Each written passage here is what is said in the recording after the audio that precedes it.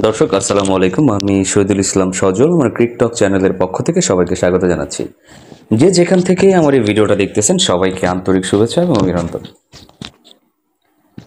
পাকিস্তানের সাথে বাংলাদেশ টেস্ট জয়লাভ করার কারণে একটা হিউজ অ্যামাউন্টের একটা বোনাস কিন্তু পেতে যাচ্ছে খেলোয়াড়রা। সেই অ্যামাউন্টটা কত দর্শক জানেন? 3,20,00,000 টাকা। তার মানে দলের যে 16 জন মেম্বার ছিলেন প্রত্যেকে সমহারে 20 লক্ষ করে টাকা পেতে যাচ্ছেন, জাস্ট শুধুমাত্র তারা এই খেলাটা জিতেছে পাকিস্তানের এগেনস্টে টেস্ট ম্যাচটা, তার জন্য। এখন আমার কথা হচ্ছে, প্রতিটা খেলোয়াড় যখন জাতীয় দলে খেলে তাদের কিন্তু একটা বোনাস দেওয়া হয়, সেটা টেস্ট খেলুক, মানে যে কী বলে খেলোয়াড়দেরকে, সেটা হচ্ছে আপনার একটা ওয়ানডে ম্যাচ খেললে একটা নির্দিষ্ট পরিমাণ টাকা দেওয়া হয়, একটা টেস্ট ম্যাচ খেললে নির্দিষ্ট পরিমাণ টাকা দেওয়া হয়, মানে সেগুলা একজন খেলোয়াড়ের পারিশ্রমিক বলা চলে। ম্যান অফ দ্য ম্যাচ হলে তো কিছুটা পাই, ম্যান অফ দ্য সিরিজ হলে কিছুটা পাই, সেটা অন্য হিসাব। বাট ম্যাচ ফি বলো ওইটাকে, ম্যাচ ফি। ওই যে দেখেন না, খেলোয়াড়দের অসদাচরণের কারণে মাঝে মধ্যে ম্যাচ ফির কিছু অংশ কেটে নেওয়া হয়। এটা হচ্ছে একজন খেলোয়াড় যে টাকাটা পেতেন একটা ম্যাচ খেলার পরে, সেটার একটা ফি কেটে নেওয়া হয়। তো আমার কথা হচ্ছে, বাংলাদেশ যখন টেস্ট খেললো পাকিস্তানের এগেনস্টে তখন তো ম্যাচ ফি পেয়েছে, আবার জিতার কারণে 3,20,00,000 টাকা বোনাস পাচ্ছে। এত টাকা পয়সা শুধুমাত্র একটা সিরিজ জেতার কারণে, এটা আমার কাছে বুঝে আসে না। আপনি যখন একটা টেস্ট জয়কে, একটা টেস্ট সিরিজ জয়কে অনেক বেশি প্রাধান্য দিবেন, খেলোয়াড়দেরকে এইভাবে ঢেলে দিয়ে দিবেন অ্যাজ বোনাস, ব্যাপারটা কেমন না আমার কাছে ভাই? আসলে কি বলবো, দেশের টাকা এত বেশি হয়েছে নাকি? বিসিবির টাকাই অনেক বেশি হয়েছে। 900 কোটি থেকে 2-3 কোটি টাকা চলে গেলে বা কি হবে, দ্যাটস নট ফ্যাক্ট, সমস্যা নাই। মাফ করবেন, আমার একটু ঠান্ডা লাগছে, তো মাঝখানে মাঝখানে কাশি চলে আসলে ক্ষমা করবেন। তো যেই কথা বলছিলাম, যে পাকিস্তানের সাথে শুধুমাত্র টেস্ট জয়ের কারণে বাংলাদেশ দল পেতে যাচ্ছে 3,20,00,000 টাকা, এবং যারা স্টাফ ছিলেন অ্যাজ দলের সাথে ছিলেন, কোচিং স্টাফ যারা ছিলেন, তাদেরকে এক্সট্রা আরও 30 লক্ষ টাকা বোনাস দেওয়া হবে। তো এটা কি আসলে বিসিবির নিয়মেই আছে কি না আমি জানি না, সঠিক বলতে পারবো না। আপনারা যদি কেউ জানেন তাহলে অবশ্যই আমাকে কমেন্টস করে জানাবেন।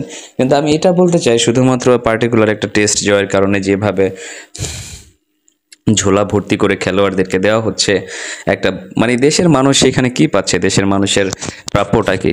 ঠিক আছে, খেলোয়াড়রা এটা ঘোষণা করছে তাদের একটা অংশ দেওয়া হবে বৈষম্য বিরোধী ছাত্র আন্দোলনে যারা আহত ছাত্র আছেন তাদেরকে, আর বন্যার্থ যারা ছিলেন কিছুদিন আগে তাদের পুনর্বাসনের জন্য তাদের এই বোনাসের কিছু একটা অংশ তারা দান করে দিবেন। ধরলাম তারা কত টাকা দান করবেন, জনপ্রতি 1 লাখ করে দিয়ে দিলে এই 20-25 লাখ টাকা হয়তো বা তারা ডোনেট করতে পারেন। বাট আমার কথা হচ্ছে, শুধুমাত্র একটা ম্যাচ জয়ের কারণে প্রত্যেকটা প্লেয়ার 20 লক্ষ করে টাকা পেতে যাচ্ছেন। এটা অ্যামাউন্টটা আসলে কি আপনার কাছে কম মনে হয় না, বেশি মনে হয়? আমার কাছে অনেক বেশি মনে হয় দর্শক, অনেক বেশি মনে হয়। কারণ একটা ম্যাচ জেতার কারণে এইভাবে টাকা আসে বিধায় আপনার ছড়ায় ছিটায় দিয়ে দিতে হবে, এমন তো কোনো কথা নেই। তাহলে ক্রিকেটের মাহাত্ম্যটা থাকলো কোথায়? জিতলেন তার কারণে আপনার জিতাটাকে টাকার সাথে কম্প্যারিজন করা হলো, টাকার সমমানে তুলে দেওয়া হলো। এখন কথা হচ্ছে, নেক্সটে বাংলাদেশের খেলা আছে ভারতের সাথে। ভারতের সাথে যদি বাংলাদেশ সামহাও কোনো একটা টেস্ট জিতেও যায়, সিরিজ জিতা দূরের কথা, যদি টেস্ট জিতেও যায়, সেই ক্ষেত্রে তো জনপ্রতি ফ্ল্যাট পাবে নিঃসন্দেহে।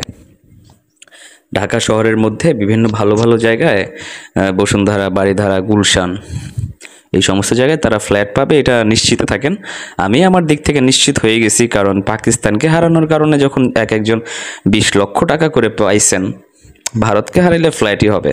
আমার এটা নিয়ে কোনো সমস্যা নাই ভাই, ফ্ল্যাট কেন, মার্সিডিজ গাড়ি দিলেও আমার কোনো প্রবলেম নাই। প্রবলেমটা হচ্ছে আসলে কি বলে, একটা কথা আছে না, অর্থই সকল অনষ্টের মূল, বা কি জানি, অর্থই সকল অনর্থের মূল, একটা কথা আছে, আমরা ছোটবেলায় পড়তাম।